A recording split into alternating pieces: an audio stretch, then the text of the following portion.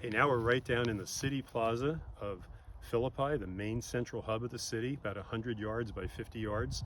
All the merchants, just picture them here. And as you would just pan across and see this whole area just bustling with several thousand people and all the different booths and shops and merchants.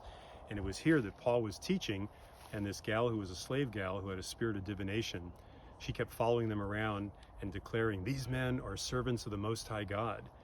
And after a couple of days of her just saying that over and over again, it was such an annoyance to Paul trying to teach that he turns and looks at her and he says, "Be silent and come out of her."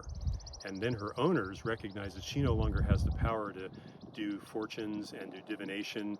And so they recognize they're going to lose their economic value of this slave gal. So they would then grab them somewhere right in this area, and they would take them right up the stairs there to City Hall. You can see the columns up there. That's where the magistrates would have then had them beaten, and they would have proclaimed, "We're going to put you in jail overnight and bring you back in the morning to examine you." And so they would have taken them right over here to the cistern, which is that dark, damp, wet area that they would be put in that jail overnight.